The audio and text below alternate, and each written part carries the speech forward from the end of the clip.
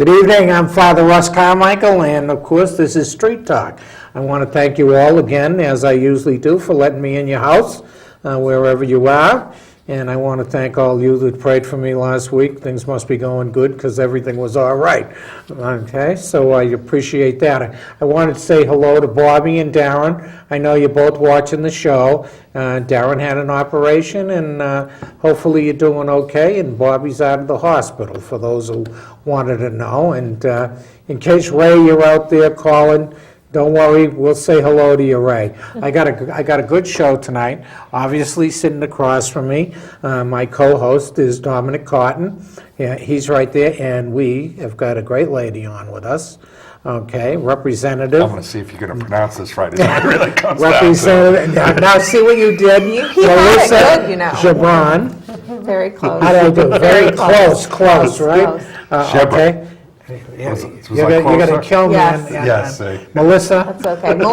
Melissa's perfect. Great to have you on. Great to be here. Yeah, okay. And of course, we were out back and we were just talking about, I'm going to open up right now. Well, first I'm going to let you tell the audience who you are. Okay, that would be Okay, for good. the New London audience. I know Sure. the other audience knows Yeah. that you're close to us, Yeah, Colchester. just a couple towns away. Couple of towns away, Yeah, right? so I represent the 34th District, which is all of East Haddam, all of East Hampton, and then only a portion of Colchester that I share with my good friend, Representative Linda Orange. Yeah, very good. Yeah. And you're sitting across from a Democrat. I know, I do it all day. Hey, you It's do it all okay. day, it's a Democrat, yeah, right. Yeah. And I was talking about, I have to admit, the reason I knew who you were, because I was was about the birds. I know, we have something in common. We have something in common, right? Yes, the ospreys. Yeah. So, we're excited. Really any day now, we expect the ospreys to come. For those who don't know, I happen to be an amateur birder. I'm pretty good at it, and for years have been watching, about 5 years now, been watching the ospreys come and build a nest on the top of the East Haddam Swing Bridge. Swing Bridge, right, is And where it's at. yeah, right? and so you'd be shocked at how big some of the nest materials are, and believe it or not, they were falling into the road of the bridge itself. And I'm very good friends with the people who own the River Quest, which is docked below. And so talking to Mark Yucknat, we said, let's see if we can ask DOT. And we lobbied them a little bit, and the commissioner was gracious enough to put forward a plan. We're collecting money.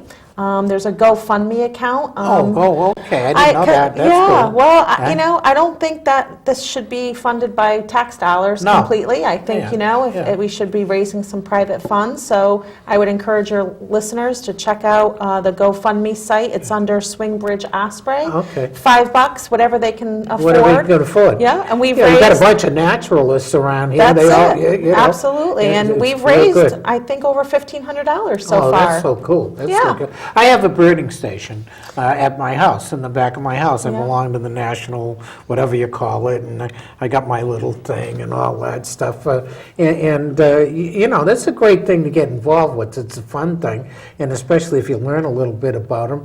You can be in the middle of the city and you attract all kinds of birds and It's so true. squirrels and everything else like Yeah, that, yeah. with a little bit of feeding. Yeah, and I was just reading something the other day about red-tailed hawks in New York City. So, it's a passion of mine. My grandmother is the one who taught me, and it's one of the ways I keep her memory alive that's so with cool. what I do with birding. Yeah. It's so cool. But Dominic got you on here. Yes, he did. I got you on here because I remember how much and how helpful you were every time that we come up in front of Appropriations Committee, Yes. because we always end up in our battles with Department of Social Services and the direction that they seem to take things. And I just appreciated your candor with them. Thank you. We obviously we have quite a few friends on the Appropriations Committee. One of our other good friends, Gail Lavelle. You guys really focus in on the issues and really trying to dig for answers. And I know it puts some of these people on the spot. I can tell you Bremby's tell. Yeah. He's really stressed when he starts doing like this. Yeah, I think, again, this is my second term, and my second term on the Appropriations Committee. I met you my first term. The second term, I've been honored to be chosen as the ranking member for Yes. the Republican Yeah. Party on the Appropriations Committee. I also serve on the Environment Committee and the Children's Committee this year. But, I think you have to drill down, and it's not how you say it, it's not what you say, it's how you say it. And I think when you can be respectful, but, still push somebody to, provide you with a level of transparency, it's important. These are a lot of tax dollars. That area specifically is hundreds of millions of dollars, and, we need to understand where that money's going, how we're leveraging it with federal funds and Medicaid, and, there's a lot going on in that department. Exactly how it's spent and everything else Yeah. like that. I mean, what I think we are fortunate with in other than other areas, we have people like yourself, like Gail, and others on there that are work across the aisle, that are respectful, that are transparent in what they're doing. I think you can't ask any more of representation like that. And it doesn't matter, to me, it doesn't matter the party. Okay, if you're doing the job and you're telling me what's going on, that's what I need to know. Yeah. And you are on one of the, one of the committees, because you're talking about the money. Yeah. You're talking about what I'm going to be paying out of my pocket Right. for all this stuff that's going on. So, Right.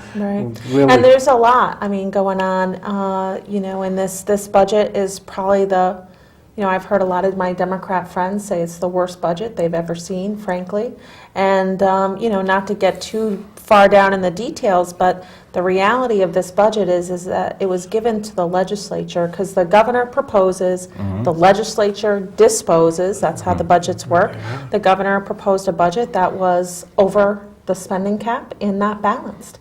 So not only is it a difficult budget just in the concept of the future year budget deficits that are been forecasted, but this budget that we were actually given, frankly, wasn't given to us in, the proper form that it should Well, have that been. was a $50 million mistake before it even entered into your guys' hands. Yeah, At least- yeah, $55 million At to be least, exact. yeah, exactly right. Yeah, I feel bad. Obviously, I supported our governor. Yeah. And know the condition. I'm not a numbers man, but I know the condition of our finances through other people that are experts, that know what it's about, and like yourself, know how much we got serious problems here. Yeah. And a lot of people don't want to deal with that, Yeah. And of course, me too. I mean, we deal in the disability area, we deal with the weakest population in the state, and usually they get cut because they have little voice, and so we're always fighting. Yeah, they had a big voice last week, I just want you to know. You would have Thank been... you. I you was would have been proud. I was pretty proud. watching. I Yeah, was. I know. that was probably the most, some of the most painful hours I've spent up at the Capitol. Those public hearings started at 4, and we didn't end know. until 1 a.m.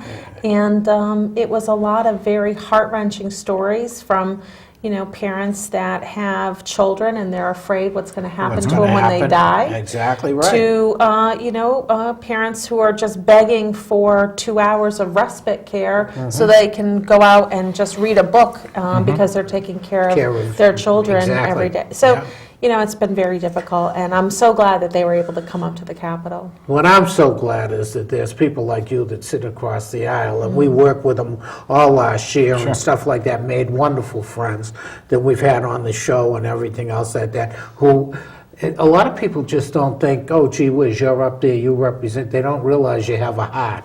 And sometimes our party politics get in the way of realizing that, you got caring people that are hurting and stuff like that. Yeah. So we have to say we had a realistic very tough struggle last year. We're probably going to have one this year too. But we're very fortunate to have the type of people like yourself, like Gail, and others that were across on the other side. For me, Yeah. you know. Well, thank you. And I think for me that's something I actually am very proud of, is the relationships I have with my friends on the other side of the aisle, and I cherish that. And but at the end of the day, we have some disagreements. I mean, That's the reality, right? and one of my best friends up there, and I'll go ahead and tell you who it is. It's Representative Dave Zoney, who's from Southington. We came in as freshmen together, and we ended up having a cup of coffee, and really developed a great friendship. We'll get together and have lunch, and you may hear us swearing at each other, but at the end of the day, a big hug, have a great day, talk to you later. But we disagree on some issues, but you do so by being respectful of their opinions, and that's important in the dialogue. That's exactly right. I do want to ask you, what about 5096 bill that you got in there? Yeah. Which is about funding, right? About Yeah. paying your bills. Yeah, there's we are right now at the process where just about every committee has another week or so before they have what's called the JF deadline for it to get out. So, a lot of committees are finishing up, and you're not really sure where any of these bills are right now. Right, yeah, right, yeah. exactly. Most of them should have had a public hearing by now, though. Yeah, yeah. Well, I know we got probably about, I don't know, 4 or 5 or 6 different ones that we keep a good eye on. Yeah. We actually proposed one for making sure that anybody on any waiver actually gets appropriate notification before they go ahead and decide to make changes or ask for a public hearing in front of you guys, so that we don't end up in the same set of circumstances that we did last time, where there was a lot of emotion and everything else because they really didn't appropriately ask for input into these. So it's I one think of that was those- the first meeting that I met you at, was listening to that, and I checked on a couple of the bills that you had sent me, and they're still kind of in that working phase. The Human Services Committee, which is where most of those kinds of bills go, of course I'm not a member of, but they I think the chairman of that committee, which is Representative Kathy Abercrombie, really does understand the struggles and trying to balance it.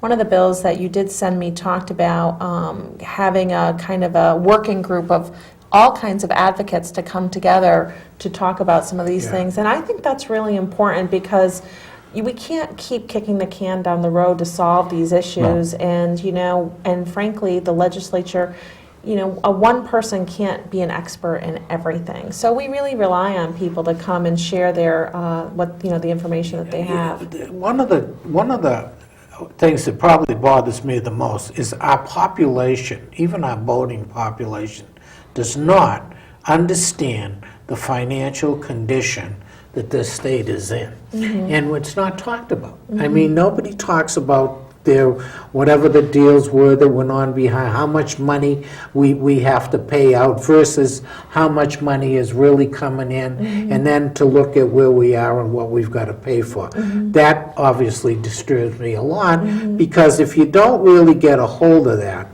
you don't know where your allocations are going. You don't really know. You're getting into swampland. Every time you do a new project, or who's going to build our infrastructure? Yeah. Well, it's about setting priorities. Exactly right. And you and I at home have to set priorities. Exactly right. I kind of joke around, and my daughter, as you know, is here with us tonight, and she probably won't laugh at this, but my husband and I built our own home probably about 8 or 10 years ago. When I say that, I mean literally we put in the plumbing, the electrical. I slept in a tent for a little while we were building it. But I still don't have a bathroom in my master bathroom, and I was trying to relay this story to a colleague up at the Capitol, saying, don't you think I would love nothing more than to have a fully finished master bathroom and not, use the powder room downstairs? But I could go out and take a loan and extend my mortgage and get that. but I know that I want to be able to afford and live in a comfortable way. So I put that project off because I've prioritized other things like my daughter's college education or other things, because you can't pay for everything that you you want. can't. So you No. have to say what your needs are. And I think that's what's wrong, frankly, with government. And part of it, too, is it's really not as transparent as it should be. I happen to bring the budget book just in case you were going to ask me any specific questions. But something you would notice is that it's all of the salaries go in one line called personal services. And that line, I can see that line is full, and you really don't, unless you drill down like I try to, you really don't know where all that money's going unless you ask those questions. It's the same way that Medicaid is. Medicaid's not broken out, like I can't pick up the ABI waiver 1, the ABI waiver 2. Right. Because they bunched it all together. Yeah. And I know because I do the budget quite frequently. Yeah. Because it's kind of like reading the tea leaves as to where Right. the You would direction probably know goes. better than me or even some of the members of my committee, because you're focused on looking at that. Well, Can you that's imagine? what happened. Yeah. Okay, that's what happened in our debates with Yeah. the department and everything. Their own people didn't know what Dominic's research had Yeah. done. And their numbers were wrong. Yeah. Wow. Seriously wrong. Really? Oh, yeah. Seriously We had- wrong. we- I- Very if- sad. The end as a meeting CEO, that you saw. I would have fired That them you all. saw was Seriously. after 3 meetings Yeah. with Commissioner Bremby, including It's a the whole horror top show. end of DSS. Everybody on their whole top end, and we basically pulled them apart because their numbers were It wasn't incorrect about in their we, it was assumptions. you, okay, because you had done Yeah. all the homework and everything else like that. We had 9 people across the table. Yeah. And they didn't know their job. They were, Yeah. I'm sorry, and I'm sorry, but that's the truth. And they're talking about, these are people that are making serious money, Yeah. and the taxpayers are paying them, and they did not know. I could see that the commissioner was going, oh my God, this is a horror story, and that is really what I think, one of the biggest problems with government is because you get people in government that don't take care of their home Yeah. budget, Yeah. that don't know their home budget, Yeah. that think, oh gee whiz, we got this bunch of money these people give us, and so let's spend it, that Yeah. have no realistic idea that you need to balance stuff. You need, Yeah. bridges, what are we going to do? Well, not to beat up on your friend, Governor Malloy, but, he's proposed a transportation plan with no money. Well, yeah, I know. And it's I drive under a bridge, and you can see the rust on those bridges, and it's really a good question. I hate to say this as a Democrat, but if there was another Republican that had ran instead of the person that know. ran, A lot I would of- have voted. I would have Yeah. voted. We liked McKinney very much. You liked McKinney? Oh, yeah. We tried- Oh, yeah. He was supposed to Listen. come out on the show like back in July. Okay. Oh, okay. He's Yeah. the kind of, in fact, there's some other people on the other side of the aisle, like yourself, that are no, number one, I never believe you can run government the same as business, because the government's about people. So it's people and money. However, when you have good business sense, okay, like Paul, not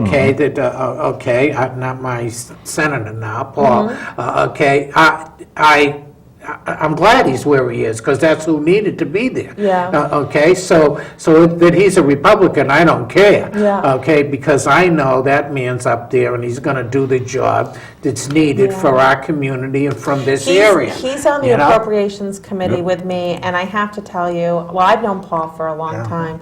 He's been so great and so impressive. He was questioning a commissioner about the trooper program and the amount of funding, and because they zeroed that program out. I mean, I know you folks really are looking at residents trooper, really Residents. looking at the disability and Yeah. that program, but there are about almost $800 million of programs that he has zeroed out, including things like the probate court system and youth service boards. I mean, really a lot of stuff. Paul has been great because he's been there asking some very direct questions, and I think he's doing a great job for his constituents. So. I guess probably one of the things that bothers me the most within this is, I know leading up to the election and after the election, we were kind of told that, well, things aren't as bad as they are. And then all of a sudden, everybody is getting raises because they're making it sound like it's not that bad.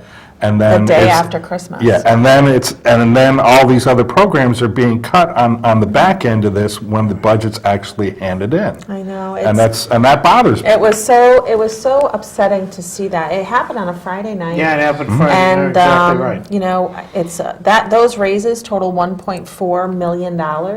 By the way, it's not chump change, and it is sad. And and that the worst part is that the language that was passed guarantees a 3% every year. So it's not just the raises that happened; it's what's going forward. Kind of forward. But I see this a lot of times. We had UConn in front of us, and UConn has a very large budget within the state. And when I asked where they were willing to cut to reduce spending, they said, "Well, we'll have to raise tuition." Well, I had just happened to pull out some information from a great website, which is sunlight.org, which lists all of the salaries. So if you're really curious, you can go in there. It's public information. We pulled up all the salaries for UConn, 4 pages, over 130 people make over $200,000 a year. And when I asked if they were willing to cut those salaries a little bit, the answer was no. So No 10%, no 5%, no 3%? So, and these are high, manager. I wasn't looking at. I know what you're looking at. So, it's got to be shared sacrifice, and legislators have to share too.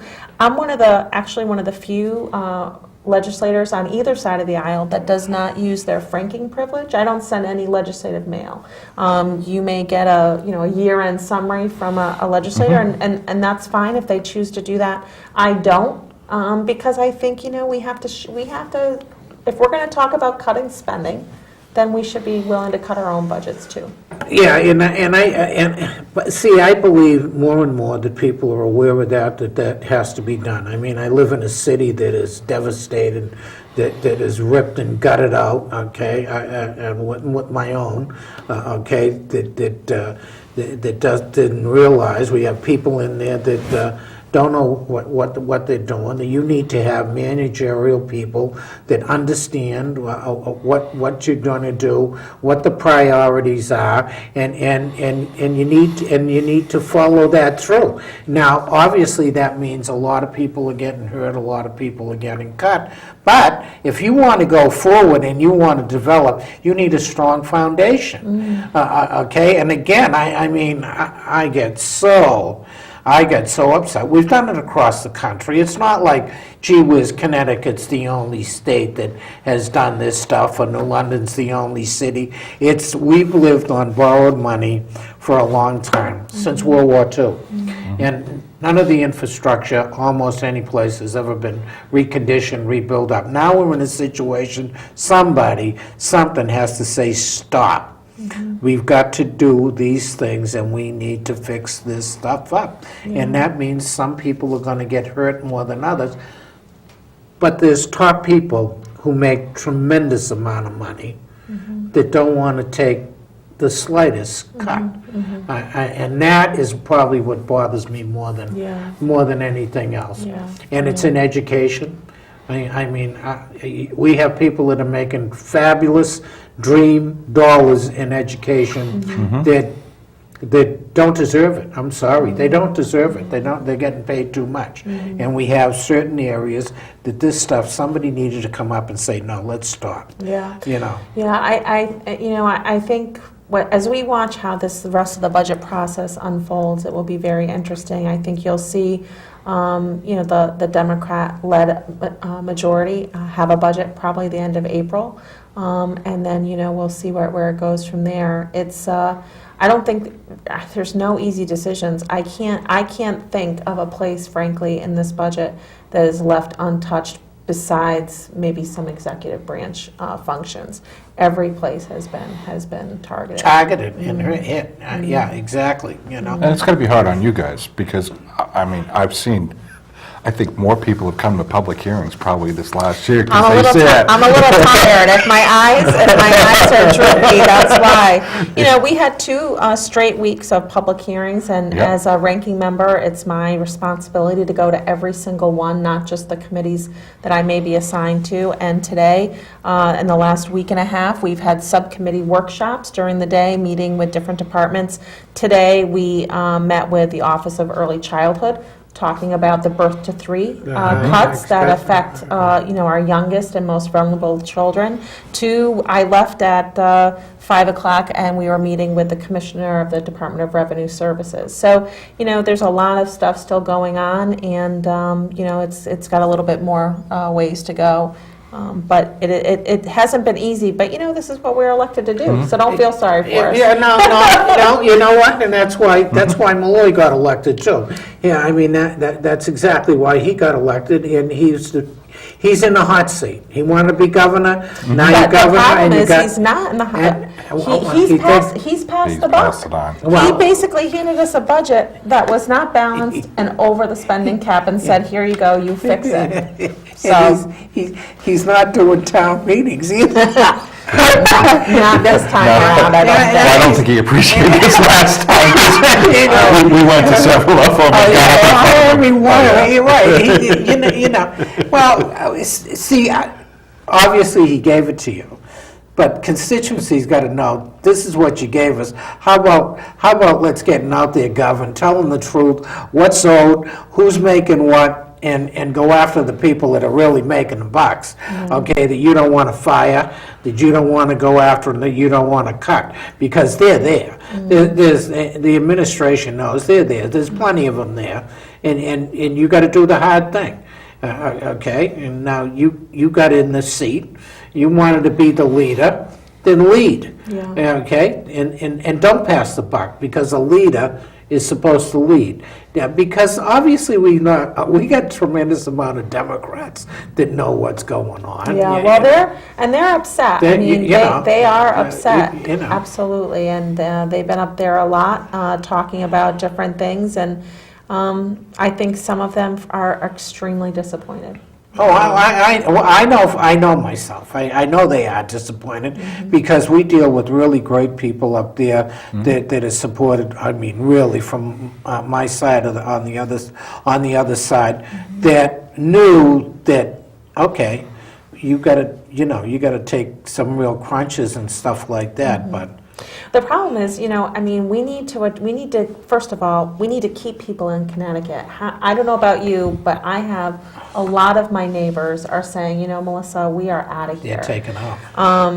So we got to keep people in Connecticut, and we have to bring jobs to Connecticut and not pick winners and losers like the First 5 program has done and others. So in order for us to be able to provide the kind of safety net that our citizens deserve, we have to raise revenues, which means we have to create jobs, not raise taxes on the backs of those same people that need our help. And the only way we can do that is to really level the playing field and attract businesses to our state. We can't do that if we're promising no hospital tax and then turning around and hitting them with hospital tax. I mean, our hospitals, you're going to see even more pain through the infrastructure at hospitals. We are, they're really taking a hit. Nursing homes is another example of places that, we want to be able to provide CNAs and others a raise in their salary, but at the same time, we've passed laws that really stifle the opportunity of nursing homes to grow. So, you can't just have it but one way. You have to balance to provide some growth here, and I don't think we've done a good job Well, of that. I think some of the issues, aside from the spending side of it, but on the revenue side of it, right at the moment I see that we're pretty flatlined, but I know that things dropped off after, the Great Recession here, and we're usually coming out of like a recession, most people are used to kind of like a V, recession. It drops down, and then it bounces right back up. Hasn't We were not. happened We took a deep drop, Yeah. and then we're just kind of like leveled off. So Leveling off. it's not Right. just the It's not- we spending, don't it's have that we're that not kind of getting the growth. same level of money Well, coming back in. That's my That's whole exactly point. right. and Yeah. That's what I'm saying. And Exactly right. But you can't squeeze a rock. You have to figure out. Right. You have to figure out why that's not working. Even in this budget we have that's been presented to us, they rely on revenues, taxes, the revenues gained from sales tax, gasoline tax, and income tax. They count on that raising almost 20% in the next quarter. And if you look at the graph you just described, you'd be very hard-pressed to Yeah. see a 20% growth. So that's even another additional worry in this document is the rate of growth. That's really not happening. Serious lower income jobs and growth in Connecticut is nowhere. There is nowhere. Unemployment in New London, God knows what it is. You have 2/3 of New London, the city where I live. They're unemployed. It's a poverty situation. You have the lowest wages in New England, let alone the state. The lowest wage. You have no academic people living there anymore. Very few. Okay, the businesses try to make it there. If people got no money, they're not. You can't make it. In the meantime, they're thinking, well, we're going to develop and we want to develop and stuff like that. You really have to look at the reality, okay, and not dream, because your dreams aren't going to take. You need to fix the infrastructure. Where you're going to get the money for it? Yeah, okay. You need to regenerate your population that has some kind of jobs and. I'm sorry, you can bring all the high-tech jobs you want in, but you don't have the population to fill those jobs. So you need the middle-class job. You need the lower middle-class jobs. They're not there. They're certain pockets of the state. Well, it's hard for the small businesses to survive. Yeah, exactly. Never mind start up, and why are they willing to take a chance if they don't know what their environment's going to be? And we haven't provided them a stable place for them to grow their business. There's a lot of uncertainty in a lot of different areas, which is why you don't see businesses putting down roots. You my favorite thing I was going to tell you. I was going to wait for it. I was going to wait, right? He preps, he always has an agenda somewhere in here.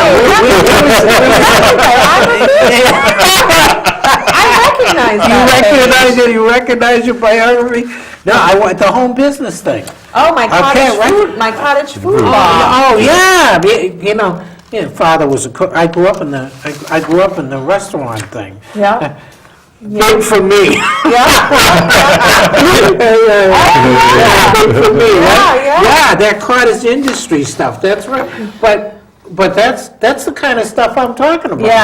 That's what I really, well, first of all, I'm really excited about this bill, and it unfortunately or fortunately, just yesterday, it was referred from the General Law Committee, which passed it out, but it was referred to the Public Health Committee. So now I've got to do some more work, and hopefully it will get out of Public Health. But, before I was a legislator, I was an economic development coordinator for East Haddam, and I met with many small businesses. Most of them in this area were, women who, wanted to, for instance, bake cupcakes out of their house and be able to sell them. I did that in Arizona, okay? Okay. I made cookies and cupcakes and stuff. We Yeah. had a kitchen. Oh, You were allowed to do that. Yeah. Okay? And then I had sales ladies. One guy. We had sales ladies. And they take the basket and you got licensed and they went to police stations, they went to fire stations, they went all over the place, right? And we provided 6 jobs out of a kitchen. I love this stuff. So it really was born from my experience with people who said, listen, we're not looking to make a zillion bucks. You're not a zillion bucks, right? So one of the women I was helping ended up leasing space out of a commercial kitchen, because in Connecticut you have to have a licensed commercial kitchen Right. in order to make these things.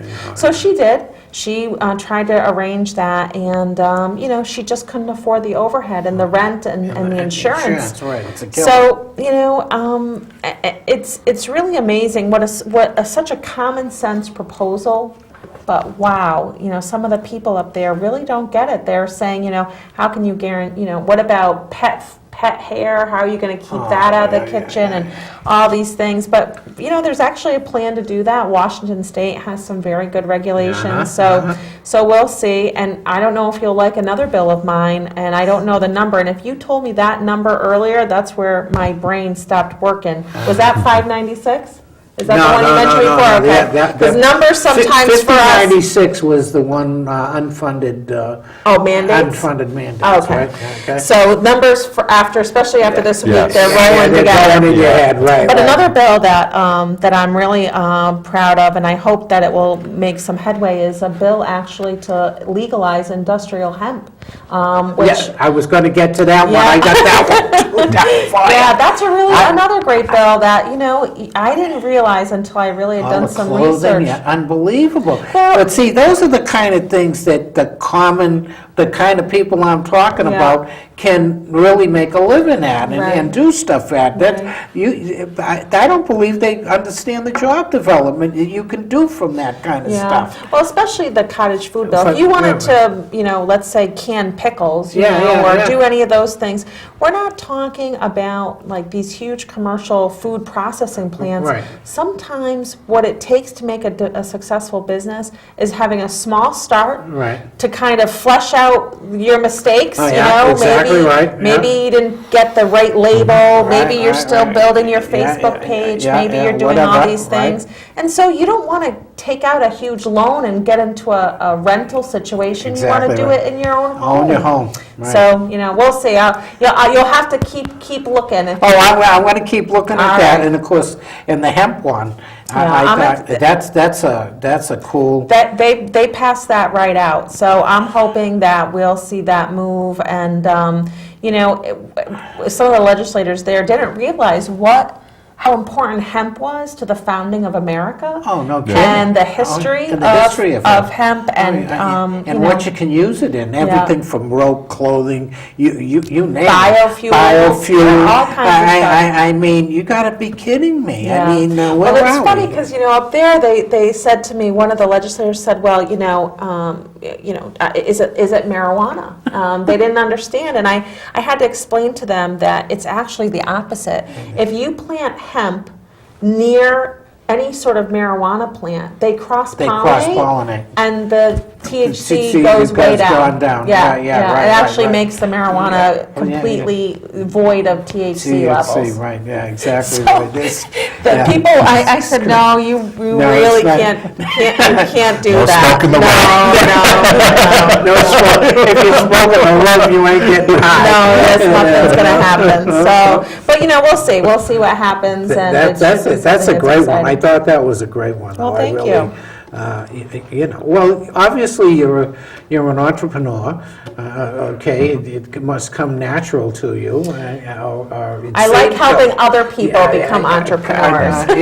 You're what's the Well, it's helping them find their competitive advantage. yeah, exactly. Well, and especially in Eastern Connecticut. Yeah. I mean, Eastern Connecticut is one of the ones that's lagging behind. Connecticut's not doing great, but Eastern Connecticut's doing a little worse, and that's the sad reality. So when we're talking about things like opening 3 new casinos and other things, it makes me wonder, what, are you serious? I don't understand, I mean, I know what Okay. those have done to Eastern Connecticut, and while they've provided great jobs, there's also been a negative side There's a of negative that. side. Yeah. There's the infrastructure getting banged down from traffic and all those Right. other things. Right. Okay, and how many casinos can you build when you're Well, it's in a big splash. is what- Well, it's- you're in it's, competition with Rhode Island, Massachusetts.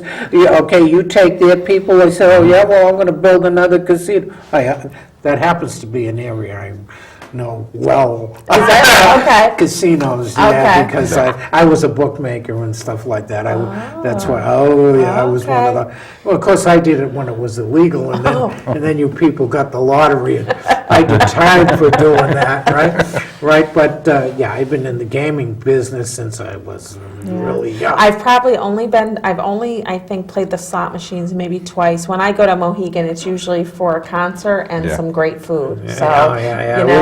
which is good. Which is fine, but you know, I right. just took, I don't think our job growth plan should be based on casinos. I that's don't all. either. I never did. I never thought it should be built on gambling or gaming or anything else like that. Because, number one, you build one here, somebody wants to build one here, and all of a sudden you water down the population and nobody's really making. Yeah, I don't you know, I mean, I don't know much about what the plan is in Massachusetts, other than they have one planned to go into Two. Springfield. Is it two? We Yeah. got two planned for One in Massachusetts, one in Boston. Springfield and one And I just in can't Revere. imagine that, you know, there's an unending stream of money that people have to gamble. Maybe I'm wrong, but I just Well, I don't. mean, that's pretty obvious, because the Right? revenues have been off on They're casinos. going down. Going down all Yeah. over the place. And they right? have been for a And- while. And I understand Maine's looking at I mean, you gotta be kidding me. I just was reading, I mean, recently of what happened in New Jersey and how, you know, that whole area's been really decimated. Decimated. And there's nobody left, I right? was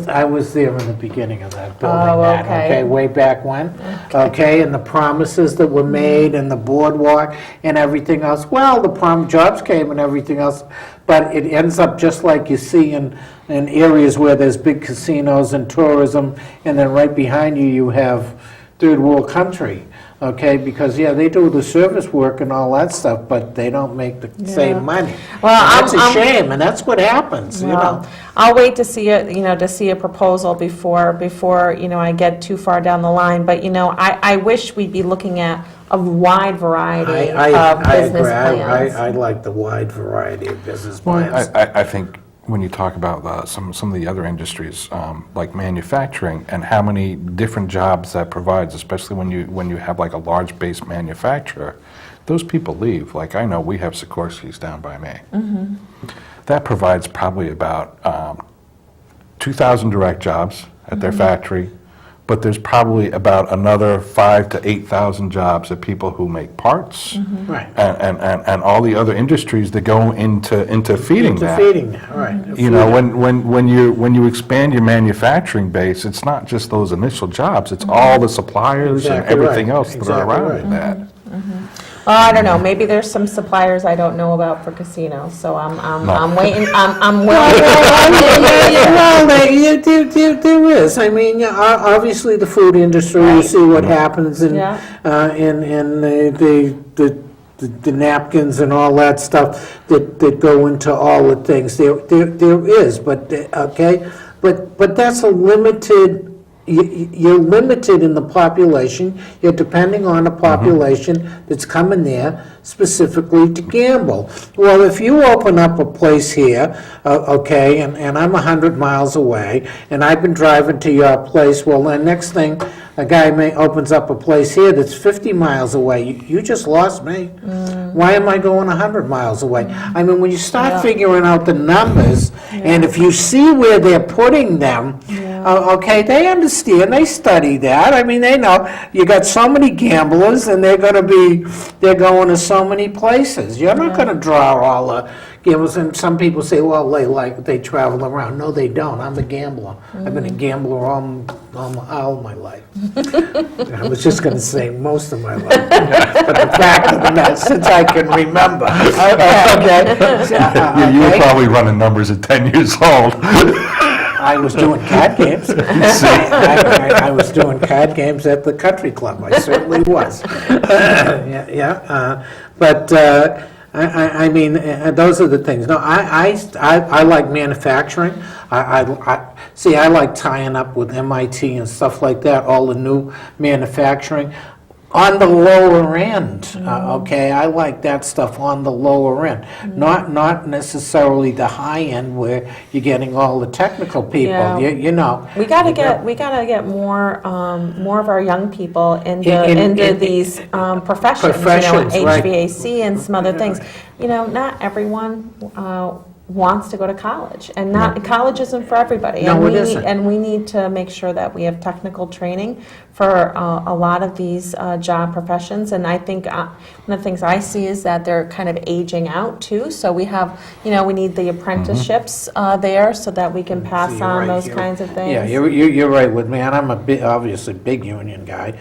We lost all our apprenticeship programs over the years, over my lifetime, and stuff like that. Manufacturing is changing though, and you have a different, but it's still lower end people are used, maybe in different, maybe electronics and trade schools and mechanics were the one trade school, and it's a different type of trade school now, which, Germany and all other European countries seem to be doing real fine. Is that right? And they got real good programs for apprenticeships and young people. And my question is, what's happened to us? Yeah. Why Well, aren't we there? we gotta get people. I'm a big believer in shop local. It's something I try and promote as much as I can.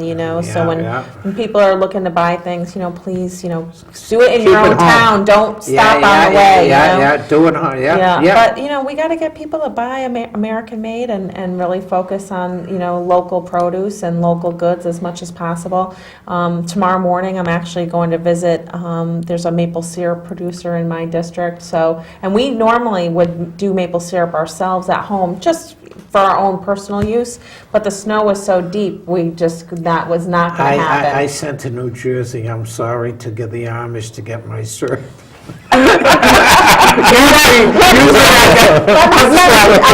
going to Collybrook Road. Well, East no, Hampton. I usually buy right around here, right here in Waterford. Oh, the lady, okay. But they were out. Oh, Okay, yeah. so Yeah. So Well, if I had known, I would have stopped before.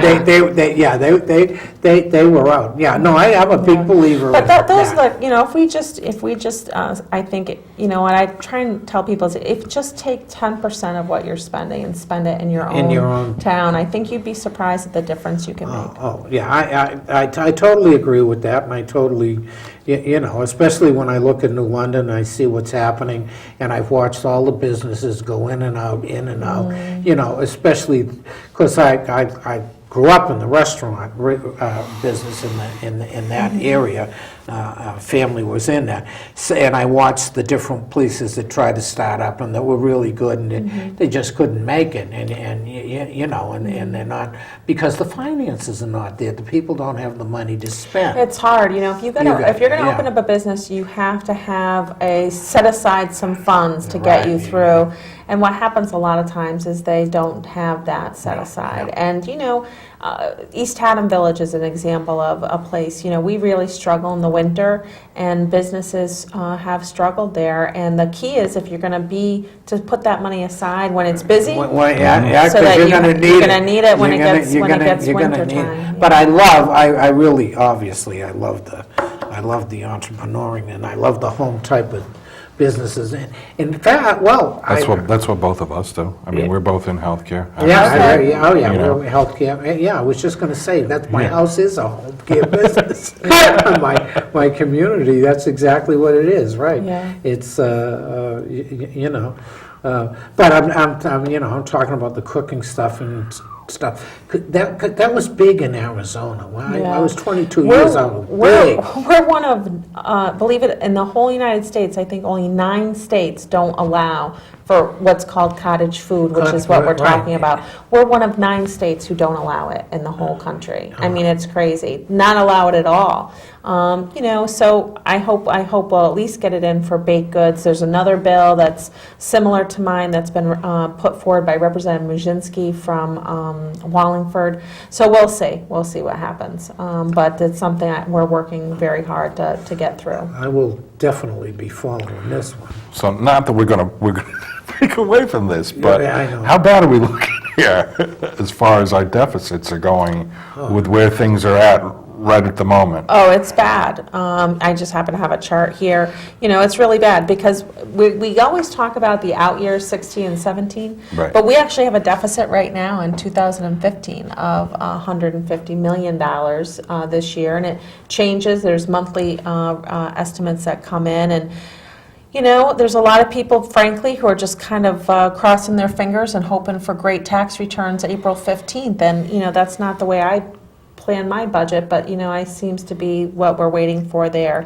It's bad. So this is from the previous 2-year budget that there's yes. that we're still in, because obviously the new one doesn't start until July 1st. Correct. That you guys are planning out now. So Right. this is last term's budget. Right. If you remember after the elections in November, all of a sudden, it wasn't all of a sudden, but that's what the public was told, we have a deficit. That's changed. It's fluctuated since December. It's gone down and up based on revenue and collections, and now it's back up to $150 million. I think it's going to be very difficult to hope that that's just going to go away. I think, action's going to have to be taken. And then in 2016, it's 1.1 billion with a B, and in 2017, it's 1.1 billion again.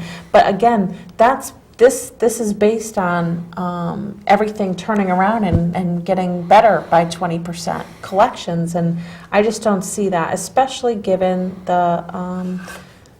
the environment, the business environment. People are not investing here. I have a lot of friends who have taken their money, have gone to Florida and lived there 182 days out of the year, or whatever is necessary.